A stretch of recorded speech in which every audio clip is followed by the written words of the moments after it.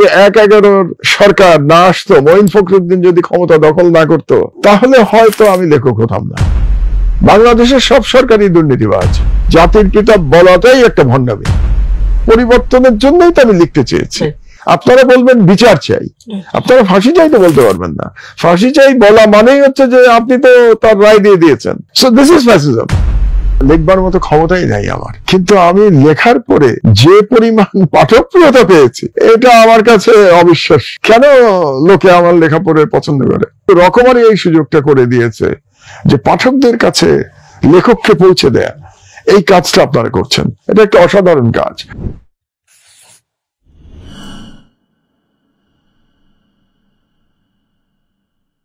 আসসালামু আলাইকুম রাহমাতুল্লাহি ওয়া বারাকাতুহু। প্রিয় দর্শক, লেখক আছেন অনুষ্ঠানের নতুন একটি পর্ব নিয়ে আবারও আমরা আপনাদের সামনে হাজির হয়েছি। এই পর্বে আমাদের সাথে আছেন খ্যাতিমান সাংবাদিক মাহমুদুর রহমান। আপনারা ইতিমধ্যেই তার পরিচয় জানেন বা বাংলাদেশে তিনি ব্যাপকভাবে পরিচিত। আমার মনে হয় যে আমরা সরাসরি তার কাছ থেকেই তার লেখক জীবন এবং তার পরিচয়টা একটু শুনে নিই। কেমন আছেন? আলহামদুলিল্লাহ, আল্লাহর কাছে শুকর, ভালো রেখেছেন আল্লাহ। আপনার সম্পর্কে প্রথম আপনি কি বলতে চান? আমি বলতে চাই যে আমি স্রোতের বিপরীতে বেশিরভাগ সময় জীবনের অবস্থান করেছি। আমি মনে করি আমি একজন রাজনৈতিক বিশ্লেষক। জীবনে অনেক চড়াই উতরাই পার হয়েছে আমার, এবং তার মধ্যে দিয়ে নানা রকম লেখাপড়া, নানা রকম অভিজ্ঞতা জীবনে সঞ্চয় করেছি। জীবনে অনেক রকম প্রফেশনে গেছি, আমি প্রফেশন চেঞ্জ করেছি, কিন্তু সকল প্রফেশনের প্রতি আমি লয়াল থেকেছি 100%। এটা আমাদের একটা বড় কৌতূহলের বিষয় যে আপনি একই সাথে আপনি কেমিক্যাল ইঞ্জিনিয়ারিং নিয়ে পড়েছেন, আপনি সিরামিক ইঞ্জিনিয়ারিং নিয়ে পড়েছেন, আপনি বিনিয়োগ বোর্ডের চেয়ারম্যান ছিলেন, আপনি এরপরে সাংবাদিকতা করছেন, লিখছেন। কোন পরিচয়টা আপনাকে সবচেয়ে বেশি গর্ব দেয় বা আপনি সবচেয়ে বেশি নিজেকে দিতে পছন্দ করেন? এই মুহূর্তে অবশ্যই আমি সাংবাদিক পরিচয় দিতে পছন্দ করি। কারণ হচ্ছে যে সারা বাংলাদেশের জনগণকে যদি আপনি জিজ্ঞাসা করেন যে কোন মাহমুদুর রহমানকে আপনারা চেনেন, সবাই এক বাক্যে বলবে যে আমার দেশের সম্পাদক মাহমুদুর রহমানকে চিনি। কাজেই আমার পরিচয় তো আমি ঠিক করিনি, আমার পরিচয় তো বাংলাদেশের জনগণ ঠিক করে দিয়েছে। কখন থেকে মনে হলো যে আপনার লেখা উচিত কিংবা সাংবাদিকতা করা উচিত? খুব ইন্টারেস্টিং প্রশ্ন। লেখাটা আগে বলি, আমি কিন্তু লেখক আগে হয়েছি, সাংবাদিক পরে হয়েছে। অনেক ক্ষেত্রেই অনেকে সাংবাদিক আগে হন, পরে লেখক হন। লেখাটা ইচ্ছাটাও খুব ইন্টারেস্টিং, কারণ আপনি যেটা বললেন যে আমার জীবন শুরু হয়েছিল কেমিক্যাল ইঞ্জিনিয়ার হিসেবে, এবং পরবর্তীতে আমি আইবিএ থেকে এমবিএও করেছি। এবং আমার সেই সময় জীবনটা দেখেছিলাম এভাবে যে আমার একটা কর্পোরেট জীবন থাকবে এবং কর্পোরেট জীবনে আমি সর্বোচ্চ পদে যাব, এটাই প্রত্যাশার জায়গাটা ছিল। গেছিলামও আলহামদুলিল্লাহ, আল্লাহ সেখানে যথেষ্ট সফলতা দিয়েছিলেন আমাকে। তারপরে একসময় সরকারে আসলাম, আমি টেকনোক্রেট হিসেবে এসেছিলাম, রাজনীতিবিদ হিসেবে না, কিন্তু আমি রাজনীতি করি নাই কখনো, টেকনোক্রেট হিসেবে। তারপরে যখন ১/১১ হলো, আপনার মনে আছে মঈন ফখরুদ্দিন যখন ক্ষমতা নিয়ে নিল, তখন আমি দেখলাম যে বাংলাদেশের জনগণ একটা দ্বিধার মধ্যে পড়ে গেছে যে এই সরকারটা কি ভালো না খারাপ। কারণ আগে খুব প্রচারণা চলছিল যে আগের সরকার খুব দুর্নীতিবাদ ছিল, কাজে সেই হিসেবে তো এটা ভালোই হলো, তারা দুর্নীতির বিরুদ্ধে জেহাদ করছে। কিন্তু আমি সরকারের চরিত্রটাকে অন্যভাবে দেখছিলাম, কিন্তু সেটা প্রকাশ করতে পারছিলাম না, আর মানুষ মনে হচ্ছিল বিভ্রান্ত। তো আমি যেভাবে মঈন ফখরুদ্দিন সরকারকে দেখছিলাম ১/১১-কে, সেটা প্রকাশ করার একটাই আমার মাধ্যম মনে হলো লেখালেখি। এই আমি লেখা শুরু করলাম। কাজে এই খুব ইন্টারেস্টিং। এমনও হতে পারে যদি ১/১১ সরকার না আসতো, মঈন ফখরুদ্দিন যদি ক্ষমতা দখল না করতো, তাহলে হয়তো আমি লেখক হতাম না। আচ্ছা, এটা খুব ইন্টারেস্টিং একটা ব্যাপার যে আপনার সাথে কিন্তু এর আগের সরকারেরও কিছুটা দ্বিমত ছিল। শেষের দিকে এসে আপনি পদত্যাগ একাধিকবার দিয়েছি আমি। সেখান থেকে আবার কেন মনে হলো যে আগের সরকারকে দুর্নীতিবাজ বলা হচ্ছে? আমি আবার না, সেই কারণে না, ভুল বুঝবেন না, আগের সরকারকে দুর্নীতিবাজ বলা হচ্ছে শুধু সেই কারণে আমি লেখায় আসিনি। আমার মনে হয়েছিল যে বাংলাদেশের সব সরকারই দুর্নীতিবাজ, এটা আমরা দেখেছি, মাত্রায় বেশি আর কম। কাজে আমার লেখাটা ছিল বাংলাদেশের স্বাধীনতার পক্ষে, সার্বভৌমত্ব রাখবার পক্ষে। এই কারণেই আমি লেখালেখি শুরু করেছিলাম। আমরা তাহলে আবার একটু লেখক জীবনের দিকে যাই। আপনার প্রথম লেখা কোনটা ছিল? আপনার সেটা কি মনে আছে? এক্স্যাক্টলি প্রথম লেখাটা আমার মনে নেই, কিন্তু যে বইটি আমার প্রথম ছিল সেটা আমার মনে আছে। বইটির নাম ছিল দেশ বিদেশে জাতির পিতা, এই জাতীয় বোধহয় নামটা ছিল। কারণ আপনার মনে আছে কিনা, তখন জাতির পিতা নিয়ে আমার একটা বিতর্ক শুরু হলো। শেখ মুজিবকে জাতির পিতা বলা হবে কি হবে না। মঈন এসে এটাকে শেখ মুজিবকে আবার জাতির পিতা করবার জন্য খুব ব্যস্ত হয়ে গেল। তো আমি সেখানে লিখেছিলাম দেশ বিদেশে জাতির পিতা, লিখে সেখানে আমি বলার চেষ্টা করেছিলাম যে এই জাতির পিতা বলাটাই একটা ভণ্ডামি। এই এর থেকেই আমার লেখাটা শুরু হয়েছিল এবং আমার মনে আছে যে লেখাটি অত্যন্ত জনপ্রিয় হয়েছিল এবং লেখাটি আমি লিখেছিলাম নয়া দিগন্ত পত্রিকায়। ছোটবেলায় লিখেছেন? ছোটবেলায় লিখেছি, ছোটবেলায় তো সবাই লেখে। সাহিত্য পত্রিকায় লিখেছি, কলেজের ছড়া কবিতা না, আমার লেখা সবসময় খুব সিরিয়াস লেখা, প্রবন্ধ। আমি মোটামুটি প্রবন্ধ লিখেছি, সারা জীবন ধরেই প্রবন্ধ লিখেছি। তখন কি লেখক হওয়ার ইচ্ছাটা ছিল? না, ইঞ্জিনিয়ার হওয়ার ইচ্ছা ছিল। ছোটবেলা থেকে আমার ইঞ্জিনিয়ার হওয়ার ইচ্ছা ছিল, তো আল্লাহ ইঞ্জিনিয়ার করেছেন, কিন্তু পরবর্তীতে চেঞ্জ হয়ে গেছে। আচ্ছা, আপনার কাছে আপনার লেখাকে যদি মূল্যায়ন করতে বলা হয় তাহলে আপনি 10-এ কত দেবেন? আমার লেখাকে আমি মূল্যায়ন করলে 10-এ 5 মার্ক দেবো আর কি, 4-5 দেবো। লেখার ক্ষেত্রে আপনার কি কোনো প্রেরণা আছেন? কেউ আছে না যে অমুক অমুক লেখকের মতো লেখক হতে চেয়েছি, যখন আপনি লেখা শুরু করেন? আমি ভাষার কথা বলি, ভাষার দিকে আমার প্রেরণা বিভূতিভূষণ। বিভূতিভূষণের বাংলা আমার খুব ভালো লাগে। কিন্তু উনি তো রাজনৈতিক ছিলেন না। উনি রাজনীতি ছিলেন না, আমি ভাষার কথা বলেছি, আমি রাজনীতির কথা বলি নাই। সুতরাং ভাষার দিক দিয়ে ওনার লেখা আমার কাছে ভালো লাগে। আর রাজনৈতিক কলামের কথা যদি আপনি বলেন, তাহলে কলাম লেখকদের মধ্যে ফরহাদ মাযহারের লেখা ভালো লাগে আমার, উনি ভালো লেখেন। আর একটা আমি মনে রাখি যে আমি লিখছি সাধারণ মানুষের জন্য, এই জন্য আমি ভাষাটাকে খুব সহজ রাখার চেষ্টা করি। আচ্ছা, আপনার লেখায় জীবন বা সমাজ বা রাজনীতির কিছু বদলে গেছে এমন কি হয়েছে, মানে যেটা আমাদের ইচ্ছা থাকে যারা লেখেন যে আমার লেখা একটা পরিবর্তন হবে? হয়েছে, এবং পরিবর্তন, যেটা বললাম যে পরিবর্তনের জন্যই তো আমি লিখতে চেয়েছি। কারণ আমি যে লড়াইটা শুরু করলাম 1/11 সরকারের বিরুদ্ধে, এটা তো পরিবর্তনের জন্যই, এবং হয়েছে, বদলেছে। সেটার উদাহরণ হচ্ছে 2013 সালে শাহবাগ, এবং তারা দাবি করলো কি, ফাঁসি চাই, তারা বিচার দাবি করে নাই। আমি কিন্তু এখনো এই যে ফাঁসি চাই কথাটার খুব বিরুদ্ধে, এখনো দেখি লোকজন বলে ফাঁসি চাই। আপনারা বলবেন বিচার চাই, আপনারা ফাঁসি চাই তো বলতে পারবেন না। ফাঁসি চাই বলা মানেই হচ্ছে যে আপনি তো তার রায় দিয়ে দিয়েছেন। So this is fascism. আপনি যখনই বলছেন একজনের ফাঁসি চাই, প্রকাশ্যে ফাঁসি চাই, এই ধরনের বক্তব্য ফ্যাসিজম। এবং তার সাথে তারা আরো করলো, যদি আমরা তখন চিন্তা করি যে এই প্রতিষ্ঠান বন্ধ করে দিতে হবে, তার মানে তাদের ন্যারেটিভের বাইরে যে যে প্রতিষ্ঠান আছে সব বন্ধ করে দিতে হবে, তাদের দাবি ছিল।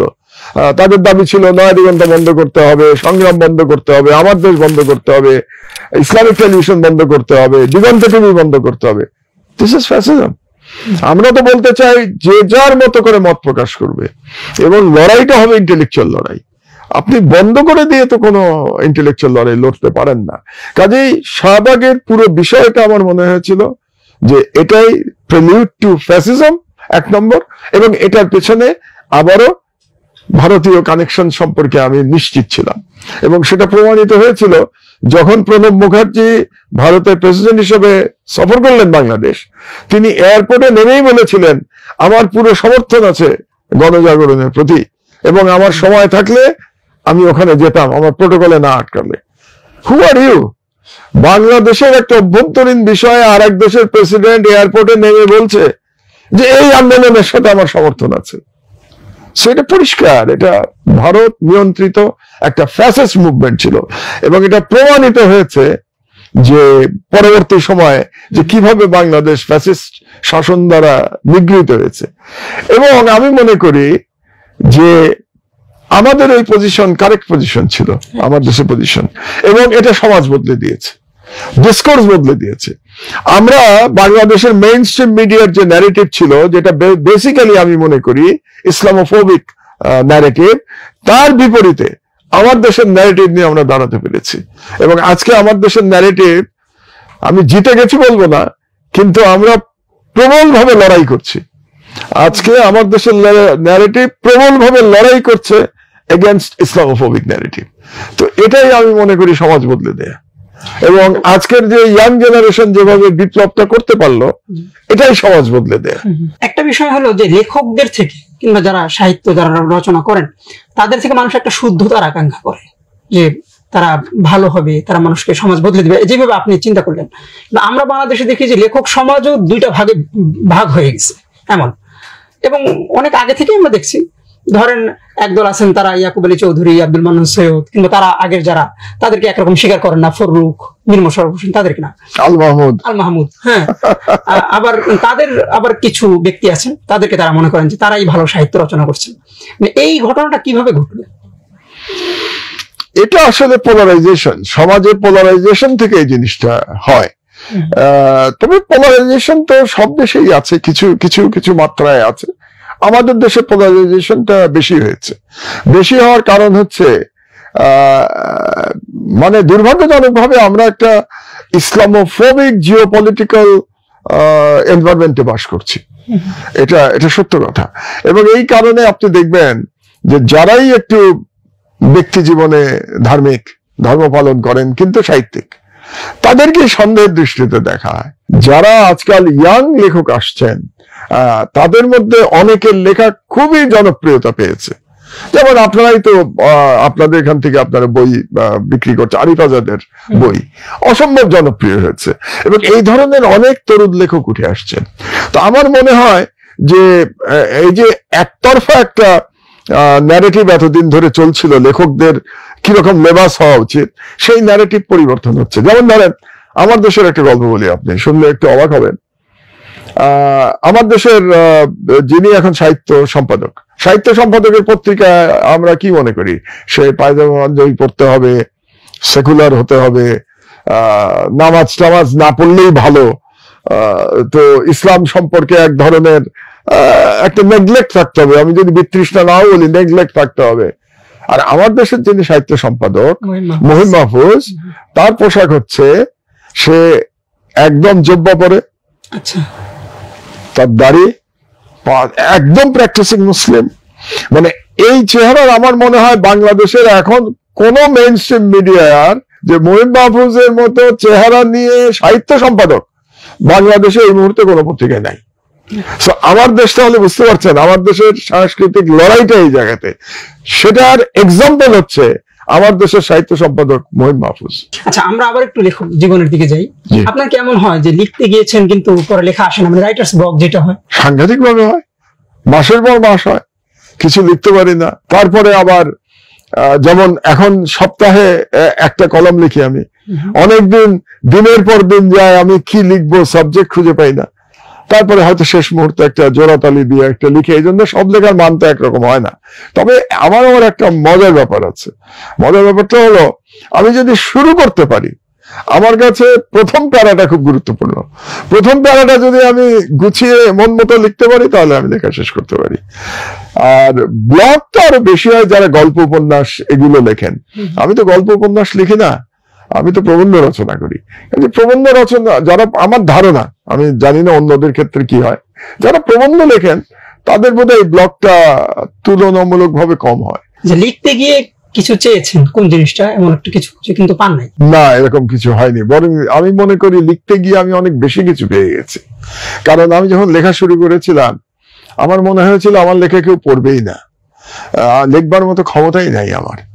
কিন্তু আমি লেখার পরে যে পরিমাণ পাঠকপ্রিয়তা পেয়েছি, এটা আমার কাছে অবিশ্বাস্য। আমার কাছে এখনো আমি জানি না কেন লোকে আমার লেখা পড়ে পছন্দ করে, এর জবাব আমি এখনো পাই না। কারণ এটাই আমার কাছে বিস্ময়, কারণ যা চাইনি তাই বরং পেয়ে গেছি। এখন এই সমাজে এসে যেটা হয় যে শহুরে লেখকদের গ্রামের মানুষ চেনে না। আপনার গ্রামের বাড়ি কুমিল্লা, বা সেখানে মানুষকে জানেন যে আপনি এমন একজন খ্যাতিমান লেখক, একজন সাংবাদিক, বা কখনো তাদের কাছে যাওয়া হয়েছে? না, আমাকে না চেনার একটা কারণ আছে ব্যক্তিগত। যদিও আমার দেশের বাড়ি কুমিল্লা, কিন্তু আমি জন্মেছি ঢাকায়। কাজে আমি সম্পূর্ণভাবে একজন ঢাকাইয়া লোক। আমি জন্মেছি পুরনো ঢাকায়, গ্যান্ডেরিয়াতে, বড় হয়েছি ওখানে, গ্যান্ডে স্কুল থেকে ম্যাট্রিক পাস করেছি। কাজে সেই কারণে দেশের মানে গ্রামের বাড়ির সাথে আমার বাবা যেখানে জন্মেছিলেন তার সাথে আমার একটা দূরত্ব আছে।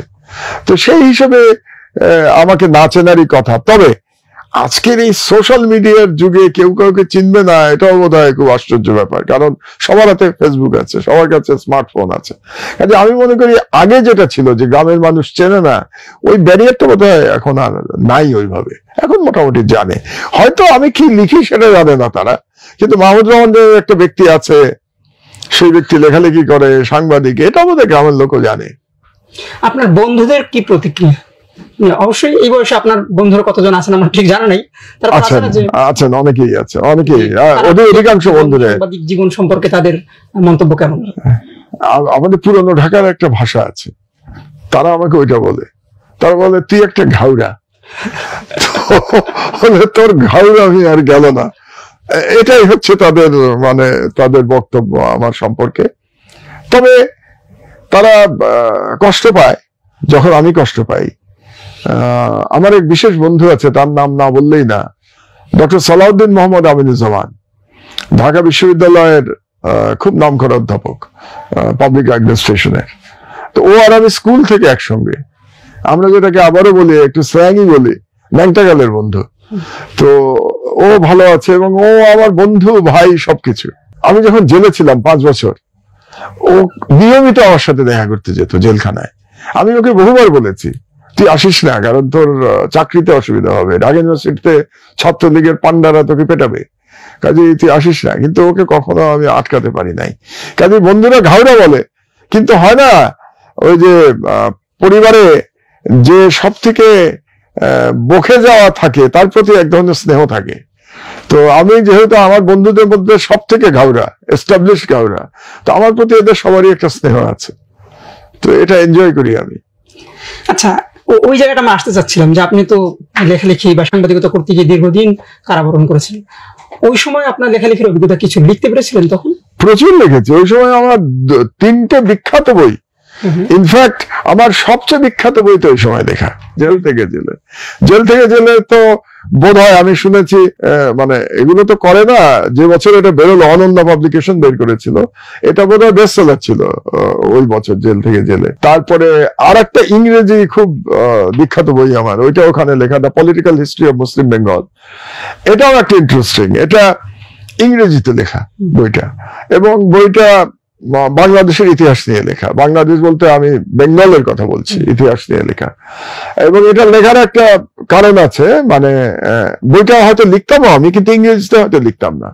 এটা আমার স্ত্রী আমাকে বললেন একদিন দেখা করতে গিয়ে, যে তুমি এই বইটা লেখার চিন্তা করছো। আমি তো তার সাথে শেয়ার করতাম যে এরকম একটা বই লিখবো, তোমার একটু কষ্ট করতে হবে, আমাকে রেফারেন্স ম্যাটেরিয়াল দিতে হবে, কারণ এই বই তো রেফারেন্স ছাড়া আমি পারবো না, আর জেলখানের মধ্যে রেফারেন্স পাবো না আমি।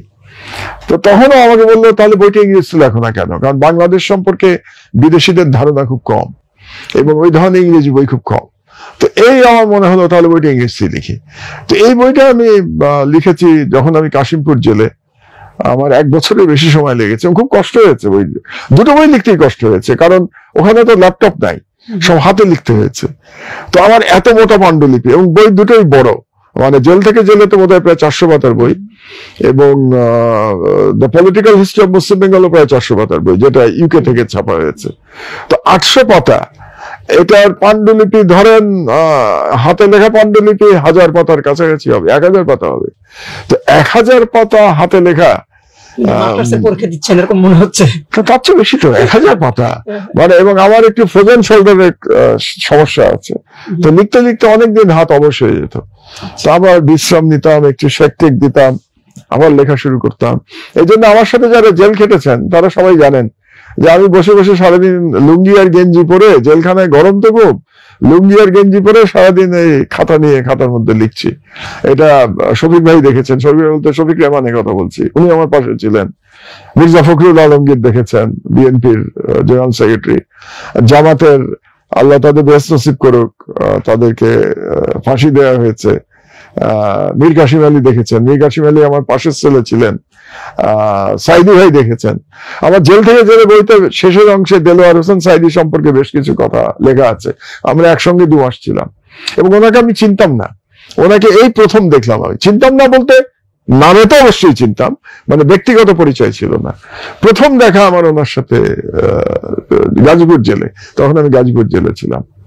তো তারা দেখেছেন যে এই বসে দিন রাত লিখে যাচ্ছি, এতে করে জেল জীবনটা সহনীয় হয়েছে আর কি, নাহলে 5 বছর জেলে থাকা তো কঠিন ব্যাপার। এখন কি লিখছেন বা ভবিষ্যতে আপনার কি বই বের হবে? আমি এখন এই মুহূর্তে আমি যেটা চিন্তা করছি আর কি, এখন তো আমি একটু ব্যস্ত আমার দেশ নিয়ে, the political history of Muslim বেঙ্গলটাকে বাংলায় করবার, তো ওই কাজটা আমি অনুবাদটা আগে শেষ করতে চাই আবার নতুন একটা বইতে হাত দেওয়ার আগে। আর একটা বই আমার এবার বইমেলাতে বেরিয়েছে, অনন্যা বের করেছে, ইংরেজিতে বই, এটা আমার পিএইচডি থিসিস। বইটার নাম হলো the rise and challenges of Indian hegemony in South Asia. তো এটার উপরে আমি পিএইচডি করেছি। তো এটার একটা ফলো আপ জিও পলিটিক্স নিয়ে, আমরা এই বইটা আমি লিখেছি শুধুমাত্র ভারত এবং দক্ষিণ এশিয়া নিয়ে। আমার একটা গ্লোবাল জিও পলিটিক্স এবং ইসলামোফোবিয়া নিয়ে একটা বই লেখার ইচ্ছা আছে। তো পরবর্তী প্রজেক্ট সম্ভবত আগে আমি অনুবাদটা শেষ করব, তারপরে যদি আল্লাহ হায়াত রাখেন তাহলে পরবর্তী প্রজেক্ট আমি গ্লোবাল ইসলামোফোবিয়া নিয়ে একটা বই লিখতে চাই। এখনকার তরুণদের লেখা পড়েন, কার লেখা বেশি ভালো লাগে? বা এরকম যদি আপনি 4-5 জন কারো নাম আপনি বলতে চান। রফিকুদ্দিনের লেখা পড়ি, আতা সরকারের লেখা পড়ি, তো আতা সরকার তো আর তরুণ না, এরকম 2-4 জনের লেখা পড়ি, খুব বেশি পড়ি বলা যাবে না। আপনি আরিফ আজাদের কথা বলছিলেন, তার লেখা পড়েছেন? কিছু লেখা পড়েছি, কিছু লেখা পড়েছি। যদি কোনো মন্তব্য করতে বলা হয়? তা খুবই চমৎকার, খুবই শক্তিশালী লেখক এবং মানুষের মানে কি বলবো, মানুষের মন জয় করতে পেরেছেন। মানে এইভাবে একটু আরেকটু ভিতরে আমরা বলি, জিজ্ঞেস করি যে ইসলামপন্থী কিংবা মাদ্রাসা ঘরানার ছেলেরা তো এখন লেখেন, আর তাদের ব্যাপারে আপনার মন্তব্য কি? অসাধারণ। আমার খুব অবাক লাগে যে মাদ্রাসা ঘরানার ছেলেদের সাথে আমি যখন কথা বলি আমার অনেক ভুল ভেঙে যায়। মাদ্রাসা সম্পর্কে আমাদের যে একটা নাক ছিটকানো ভাব ছিল এলিটিস্ট আরবান এলিটদের মধ্যে, আমার মনে হয় এটা ভেঙে যাচ্ছে এবং এটা ভাঙার জন্য আমার দেশ আমরা কাজ করতে চাই। যে এমন কি কখনো হয়েছে যে আপনার মনে হয়েছে এই কথাটি না বললে কিংবা এই কাজটি যদি না করতাম তাহলে সেটা ভালো হতো? মানে যেহেতু আপনি একদম আপসহীন অবস্থার মধ্যে চলেন সেই জন্য বললাম। ব্যক্তিগতভাবে একটা রাজনৈতিক কাজ না করলে ভালো হতো বলে এখন মনে হয়। সেই কাজটা খুব ইন্টারেস্টিং হলো 2008 সালে বেগম খালেদা জিয়া যখন জেল থেকে বেরোলেন, তখন বিএনপির অধিকাংশ নেতা হয় জেলে নইলে পলাতক, এবং ওনার নিজের মানে ব্যক্তিগত যে অফিস চালাবেন তারও স্টাফ তখন ছিল না। তো সেই সময় উনি আমাকে ফোন করে বললেন যে মাহমুদ, আমার তো কেউ নাই এখন, লোকজন সব জেলে, তো তারা মুক্তি না পাওয়া পর্যন্ত আপনি আমাকে আমার রাজনৈতিক কাজে একটু সহযোগিতা করেন, অনেকটা সেক্রেটারির মতো বলতে পারেন। আমি অস্বীকার করতে পারি নাই, মানে উনি যখন বললেন আমি এটা রাজি হয়েছিলাম। এখন আমার মনে হচ্ছে এই সময় এসে যে এই দায়িত্বটা আমার নেওয়াটা ভুল ছিল। আচ্ছা, সাংবাদিকতা নিয়ে একটা প্রশ্ন আমাদের সবসময় কৌতূহল থাকে যে সাহসী সাংবাদিকতা এবং নিরপেক্ষতা, এর মধ্যে মনে হয় যে মোটা দাগে একটা বিভাজন দাঁড়ায় যায় কখনো কখনো। আপনার কি মনে হয় এটা কেন হয়? আমি তো অন্যভাবে দেখবো, আমি বলবো সাহসী সাংবাদিকতা এবং পক্ষপাতিত্বের মধ্যে একটা বিভাজন আছে। সাহসী যিনি হবেন তিনি নিরপেক্ষই হবেন, এখানে তো আমি কোনো কনফ্লিক্ট দেখি না। সাহসীকে তো নিরপেক্ষ হতেই হবে, বরং পক্ষপাতিত্বের সাথে সাহসিকতার একটা কনফ্লিক্ট থাকবে। যিনি সাহসী তিনি পক্ষপাতী হতে পারবেন না, আর যিনি পক্ষপাতী তিনি সাহসী হতে পারবেন না। কাজে সাহসী হতে হলে সব কথা বলতে হবে। যেমন ধরেন, আমি কিছুদিন আগে একটা আর্টিকেল লিখেছি, পড়েছেন নাকি আমি জানি না আপনারা। এটা হলো মন্তব্য প্রতিবেদনের হেডিং ছিল কিংস পার্টি সমাচার। তো কিংস পার্টি সমাচারে আমি এক বাক্যে স্বীকার করেছি যে সবাইকে অসন্তুষ্ট করার এক বিরল প্রতিভা আমার আছে। আমি সবাইকে অসন্তুষ্ট করি আমার লেখায়। আমার লেখার পরে দেখা যায় যে কেউই সন্তুষ্ট হচ্ছে না। তো এটাই হচ্ছে ওই, মানে আপনি বলতে পারেন, অনেকে হয়তো বলবে এটা এক ধরনের বোকামি, সাহসিকতা না, এটা এক ধরনের হঠকারিতা। আমাকে কিন্তু অনেকে হঠকারীও বলে, এটা মনে রাখবে, এটা আমি জানি যে আমাকে অনেকে হঠকারী বলে। কাজে আবার সাহসিকতা এবং হঠকারিতার মধ্যে বোধহয় একটা ফাইন ব্যালেন্স মেনটেন করতে হয়। আমি কোনো ব্যালেন্স রাখি নাই। এখন আমি বলি না যে অন্যরা আমার মতো করুক, কারণ এরা, যেমন ধরুন আমি একটা আর্টিকেল লিখেছিলাম, আমি যদি হেডলাইনটাও আপনাদেরকে বলি তাহলে ইয়াং ছেলে যারা জানে না তারা চমকে উঠবে যে কি লেখা সম্ভব। শেখ হাসিনার আমলে আমি লিখেছি মন্তব্য প্রতিবেদন, আমার দেশের প্রথম পাতায়, সততায় পারবেন না প্রধানমন্ত্রী, এই হেডিং এ। তো সততায় পারবেন না প্রধানমন্ত্রী ডাইরেক্টলি এটা লেখা, এটা কি সাহসিকতা না হঠকারিতা? এখন সেটা পাঠক বিষয়, এটা একটা লিখেছিলাম আমি। আরেকটি লেখার কথা বলি, মুসলমানের মানবাধিকার থাকতে নেই, এই নামে কিন্তু আমার একটা বই আছে। এটা খুব পপুলার, এটা মনে আছে, খুবই পপুলার বই হয়েছিল। আমার এটা বোধহয় কত 15-16 সংস্করণ বোধহয় বেরিয়েছিল। এটা বই মেলাতেই বোধহয় এটার 5-6 সংস্করণ বেরিয়ে গেছিল, মুসলমানের মানবাধিকার থাকতে নেই। তো এটা কি সাহসিকতা না হঠকারিতা আমি ঠিক জানি না, তবে আমি লিখে যাই আমার মনে যেটা আসে, এবং যদি আমি জানি এটা সত্য আমি লিখে যাই। বিচার করার দায়িত্ব পাঠকের। আচ্ছা, দুইটা প্রশ্ন আমাদের ভিতর থেকে অনেকেই বারবার করেন। একটা হলো যে আপনি অনেকগুলো বই লিখেছেন এবং সেটা তো বিভিন্ন প্রকাশনী থেকে ছাপা হয়েছে। লেখকদের সাথে প্রকাশকদের সম্পর্ক নিয়ে একটা অন্যরকম একটা আলাপ বাংলাদেশে চলে। আপনার সাথে প্রকাশকদের সম্পর্ক কেমন? খুব ভালো, কারণ আমি টাকার জন্য লিখি না। যদি টাকার জন্য না লিখি তো প্রকাশকের সাথে আমার বিবাদটা কোথায়? সুতরাং কোনো বিবাদ নাই। এমন কি হয়েছে যে আপনি খুব আগ্রহ নিয়ে কোনো একটা লেখা সম্পাদককে জমা দিয়েছেন কিন্তু সেটা ছাপা হয়নি, কিংবা আপনি প্রত্যাখ্যাত হয়েছে? কাছাকাছি ঘটনা আছে। কাছাকাছি ঘটনা হলো, সুবিধা হলো যে আমার দেশে তো আমি সম্পাদক, কাজে আমার লেখা তো ওখানে আর আটকানোর কেউ নাই। যখন নয়াগীর দিগন্ত লিখতাম, লেখালেখির প্রায় মাস 6 পরে আমাকে আলমগীর মহিউদ্দিন ভাই ফোন করলেন। আলমগীর মহিউদ্দিন সম্পাদক নয়া দিগন্তে, ফোন করে বললেন, মাহমুদ ভাই আপনাকে নিয়ে তো একটা বিপদে আছি। কি বিপদ? তো বলেছেন যে আপনি মঈন ফখরুদ্দিনের মন্ত্রীদের যে সমালোচনা করে কলাম লিখেছেন সেটার, এবং সব আমি প্রত্যেকটা মন্ত্রীর নাম দিয়ে, হেডিংটা এরকম ছিল যে ওই দুর্নীতি নিয়ে, যে বিএনপি যদি সত্যি দুর্নীতি পরায়ণ হবে তো বিএনপি সরকারের যারা বেনিফিশিয়ারি তাদের মধ্যে অন্তত পক্ষে 6 থেকে 7 জন এই সরকারের উপদেষ্টা। তো তাহলে গল্পটা অনেকটা ইয়ের মতো, যে নাসিরুদ্দিন হোজ্জার গল্পের মতো, যে এটা যদি মাংস হয় তো বিড়াল কোথায়, আর এটা বিড়াল হলে মাংস কোথায়? তো বিএনপি যদি এতই দুর্নীতিবাজ হবে তাহলে 1-11 সরকারের মধ্যে এতগুলি বিএনপির লোক কিভাবে 1-11 সরকারের মধ্যে আসে? এটা তো মিললো না। তো এরাই তো বিএনপি সরকারে ছিল, তাহলে এরা এখন সৎ, আর বিএনপি সরকারে থাকা অবস্থায় অসৎ ছিল। এটা নিয়ে লেখার পরে ডিজিএফআই থেকে খুব প্রেশার আসলো আলমগীর মহিউদ্দিন ভাইয়ের কাছে। তো পরে আমি যে লেখাটা জমা দিলাম সেই লেখাটা ওরকম সমালোচনা ছিল ওই সরকারের। তো সমালোচনার পরে উনি তখন আমাকে বললেন যে এটা ডিজিএফআই বলছে আপনি এডিট না করে আমরা এটা ছাপতে পারবো না, এই অংশ ফেলে দিতে হবে। আমি বললাম, মহিউদ্দিন ভাই যদি আপনি আমার লেখা পুরো ছাপাতে পারেন তাহলে ছাপবেন, না হলে লেখা বন্ধ, ছাপবেন না।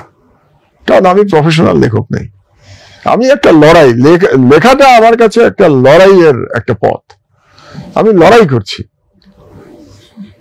তো মহিউদ্দিন ভাই আমি ধন্যবাদ জানাবো। তারপরে সম্ভবত তারা ডিজিএফ এর সাথে কথা বলে অবিকৃত অবস্থায় আমার লেখা ছাপা হয়েছে। ওই একবারই আমি ইয়ের মধ্যে পড়েছিলাম, এর বাইরে কখনো আমার লেখা প্রত্যাখ্যাত হয় নাই। যদিও এই প্রশ্নটা কেমন হবে আমি ঠিক জানি না, যেমন আপনি তো সবসময় সাহসী ভূমিকা নিয়েছেন, বা আপনার যা বলার ইচ্ছা মনে হয়েছে সেটা আপনি বলেছেন। তারপরে এমন কি কিছু আছে যে আপনার খুব চিৎকার করে বলতে ইচ্ছা করে বা সবাইকে শোনাতে ইচ্ছা করে কিন্তু আপনি এখনো বলতে পারেন না? হ্যাঁ আছে, অবশ্যই আছে। যেমন অনেক রাজনৈতিক দল নিয়ে অনেক কথা বলতে চাই চিৎকার করে, কিন্তু বিভিন্ন কারণে বলা যায় না। রকমারি নিয়ে আপনি কি বলতে চান? চমৎকার। রকমারি প্রথম কথা হলো যে is a very successful enterprise. তো সাকসেসফুল এন্টারপ্রাইজ মানেই তো একটা সুসংবাদ, এক। আর 2 নম্বর হলো যে এই এন্টারপ্রাইজটা সাকসেসফুল হলো বই বিক্রি করে এবং বইটাকে পাঠক তৈরি করে। এটা একটা বড় কাজ। রকমারি এই সুযোগটা করে দিয়েছে যে পাঠকদের কাছে লেখককে পৌঁছে দেয়া, এই কাজটা আপনারা করছেন, এটা একটা অসাধারণ কাজ। এবং আমার বই পড়াটা ফিরিয়ে আনা, এটা খুব গুরুত্বপূর্ণ। একটা দেশের ইন্টেলেক্ট তৈরির জন্য বই পড়তে হবে, বই পড়া ছাড়া জাতি তৈরি হবে না, জাতি গড়ে উঠবে না। তো সেই ক্ষেত্রে আপনারা বিরাট কাজ করছেন এবং আপনারা ভ্যারাইটিস অফ বুক আপনারা রাখেন, এটাও খুব ভালো যে সবাইকেই আপনারা সুযোগ দিচ্ছেন যে তাদের বই আপনাদের মাধ্যমে পাঠকের কাছে পৌঁছে যাচ্ছে। তো আমি আশা করি আপনাদের এই কাজ অব্যাহত থাকবে। All my blessings for you, এবং আল্লাহর কাছে বলি আল্লাহ যেন আপনাদের কাজটাকে সহজ করে দেন। আপনি অনেক কষ্ট করে এসেছেন এবং অনেক সময় দিয়েছেন, আপনাকে ধন্যবাদ। আপনাদেরকে ধন্যবাদ। প্রিয় পাঠক, আমরা এতক্ষণ ধরে মুগ্ধ হয়ে শুনছিলাম খ্যাতিমান সাংবাদিক মাহমুদুর রহমানের কথা। পরবর্তী পর্বে আমরা আবারও কোনো ব্যক্তি নিয়ে আপনাদের সামনে উপস্থিত হব। ততক্ষণ আমাদের সঙ্গেই থাকুন। আসসালামু আলাইকুম।